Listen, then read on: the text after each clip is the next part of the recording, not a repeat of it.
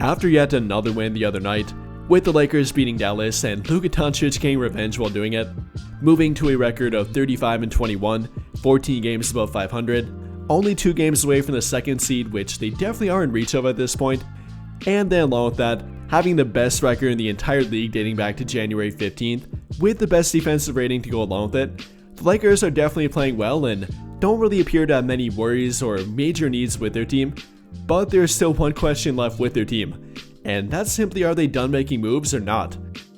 Well, if you're talking about the buyout market or simply their ability to make a move, yes, they actually could make one and even through the buyout market, but how much time left do they have to make a move through the buyout market? And could they even make a move in general? We'll talk about that and break it all down. But before we get too far into it, don't forget to check out g2a.com for the best deals in your favorite games, credits, and everything digital entertainment. You can check them out in the video description down below. But now getting back to our topic, and if we are talking about the buyout market, not simply the Lakers' ability to make a move in general, but simply through the buyout market, yes, they are quickly running out of time with it. If you're not aware, the playoff eligibility deadline, aka the deadline for players to be waived and still be playoff eligible for on a different team, does happen to be on March 1st. Right around 1 PM Eastern Time or 12 PM Central Time, 10 PM Pacific Time, that does happen to be a playoff eligibility deadline, and we're only about 1 day away from that, probably even less by the time I upload this video. And with that in mind here, yes, they're running out of time with the buyout market, other teams are running out of time with the buyout market, certain players are running out of time to be waived and enter the buyout market, so definitely a lot could happen in the next 24 hours here. Now obviously nothing could happen as well. That does tend to be the case with the new CBA and how it's affected the buyout market, but then again you never know, and that's what the Lakers are waiting for here. Many have asked about why they have not made a move yet. They have the ability to waive a guy like Cam Reddish and still have enough money to replace him, but they have yet to do it. Despite him not playing for their team and even a guy like Shake Milton not playing, I definitely would waive Cam Reddish instead with the contract he has, and again with him simply not playing him. But again, they haven't done it, so what are they waiting for? Well, it's simply about they don't have to waive him quite yet. I mean, even from his standpoint in being playoff eligible, they have until March 1st to do that, and they're waiting until the final moment in hopes that a different player becomes available, and then to save money as well. They don't want to waive somebody and sign somebody different, paying them a little bit more than they have to with a prorated veteran minimum contract, so they really had nothing to gain or lose by holding on to Cam Reddish, or simply not waiving somebody and signing somebody different instead. But again, with the buyout market, you never know what might happen, and they're trying to wait till the final moments to see if anybody might hit the buyout market. And well, we've talked about guys in the past like maybe a Larry Nance Jr., that one's kind of ruled out at this point, between Atlanta still vying for a playoff spot and then with Larry Nance currently being hurt. Or I've talked about a guy like Javonte Green who actually did hit the buyout market, but then quickly got scooped up by the Cleveland Cavaliers. What's even left, or who could even hit the buyout market last minute? Well, that's definitely up for debate, but my dream target would be a guy like Chris Boucher, a power forward center hybrid currently playing for the Toronto Raptors. I thought and many thought that he would be traded, but ended up with Toronto. Who knows, maybe they'll try to resign him and retain him. He's only ever played for their team, so maybe he values that. But with him playing for a rebuilding team that's trying to lose more than they're trying to win, I wouldn't be completely shocked if he would ask for a buyout. You know, not really a part of their long-term future, with him being 32 and them having a long-term rebuild ahead of them, or at least a relatively long-term one. Probably not fit for them and probably not with their team long-term, so who knows, maybe he could hit the buyout market. And if he would, I'd definitely try to sign him if I were the Lakers.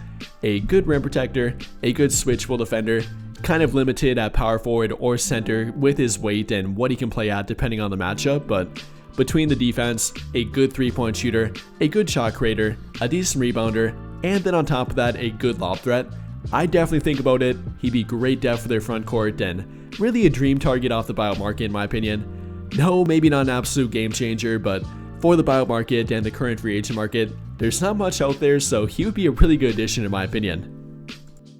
After that though, maybe a familiar name and actually a pretty big name, a former 12-time All-Star that maybe could hit the buyout market following an injury to Victor Wembanyama, could be the point guard himself, CP3.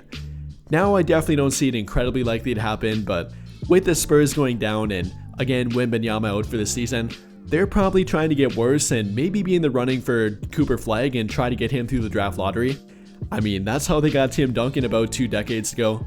You know, David Robinson got hurt, they kind of tanked and eventually got Tim Duncan. So who knows, maybe they'll try that strategy again and try to tank, letting a guy like CP3 go, whether that be waiving him or come to a buyout with him, and then he might hit the open market. And no, the Lakers don't desperately need a point guard, but between the connection of CP3 and LeBron, obviously a good friendship there, and playing on the Olympic team together back in 2008 and 2012 if I remember correctly, then the connection between CP3 and JJ Redick, great friends, former teammates, and two guys that definitely have a good level of mutual respect for each other. I could see that definitely happening, and I imagine that CP3 would want to join their team. Him still trying to get a ring yet, they're looking like a pretty good option. Again, the best record in the NBA dating back the past month now. Obviously trending up with Luka Doncic and the chemistry building between their team. So I wouldn't be shocked if CP3 would hit the buyout market and then try to join their team thereafter. I mean, yeah, he might be 39 years old, but don't call him washed up yet. During this season with San Antonio, averaging over 9 points per game, over 8 assists per game to only 1.3 turnovers per game, more than a 7 assist to turnover ratio, and that's the best in the entire league.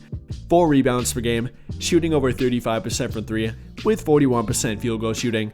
Definitely not washed up and could be a decent addition to their team. Again, yes, they don't need a point guard, but good veteran depth and all around a good addition simply for IQ and probably team chemistry that I would not be entirely opposed to. Again, definitely not a guarantee to hit the buyout market, but with San Antonio trying to tank or very likely trying to tank, and then with the connection between them, I would not be entirely shocked by it or not entirely opposed to it again either. But then for our final buyout candidate, and maybe a good option in the front court, maybe a guy kind of like Jackson Hayes where they took a chance on him and eventually turned out to be a pretty good fit for their team, could be a guy like Marvin Bagley.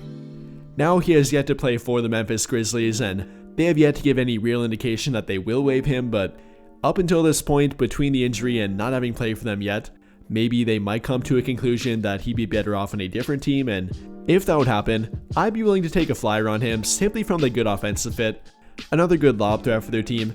You know, we've seen that between Jackson Hayes and Luka Doncic, obviously LeBron as well, and Marvin Bagley could replicate that off the bench. A good athletic lob threat, 6'10" with a 7'1" to 2 wingspan, can play at power forward or center, can space the floor a little bit, good offensive threat, can score around the rim, good rebounder, good offensive rebounder. You know, not a terrible defender when committed and does have more potential, so I would not be entirely opposed to it. Obviously, you would take a guy like Chris Boucher over him, but with how dry the current market is, and especially at front court, can't be too picky here. And although the Lakers don't have a terrible front court situation, some people have made it out to be that way, but definitely have not been watching Jackson Hayes. I don't think it's terrible, but more front court depth would not hurt, and whether it would be a guy like Chris Boucher or maybe Marvin Bagley, I'd be open to it and definitely would take a look at it if they hit the open market. But with that being said, yes, the buyout market is coming to an end, and pretty much before it even started, not many guys hit the buyout market, other than Ben Simmons, who they couldn't sign to begin with, or a guy like Javonte Green, who they really didn't have a chance to sign either. Cleveland picked him up pretty quick. You know, maybe there might be one last buyout candidate, a guy like Chris Boucher, Chris Paul, maybe Marvin Bagley. I would be interested in them, but at this point, they might have to look internally rather than externally for another move, meaning that yes, they can and probably will waive Cam Reddish, but the guy they replace him with likely is already on their team. That being a current two-way contract, either Jordan Goodwin, they could actually waive two guys and sign two-way contract players, two of them actually, could waive Reddish and Shake Milton if they want to, and then sign both Jordan Goodwin and either Trey Jemison or Christian Koloko. But again, whether it's through that or the buyout market, they do have room left to make a move and do have enough financial flexibility to make one or two as well. Will it be through the buyout market? You know, probably not at this point, but I guess we'll see what happens. And with that being said, what do you guys think? How do you feel about the Lakers' final spot or what they might do with it? Will they waive Cam Reddish? Should they waive Cam Reddish, and who should they replace him with? Let me know your thoughts in the comments down below. But I think that'll pretty much do it for this one. And if you enjoyed the video, then I would greatly appreciate it if you dropped a like, subscribe to the channel if you have not already, and hit that notification bell to never miss out when I upload a video. But as always, thank you for watching and have a great day or night.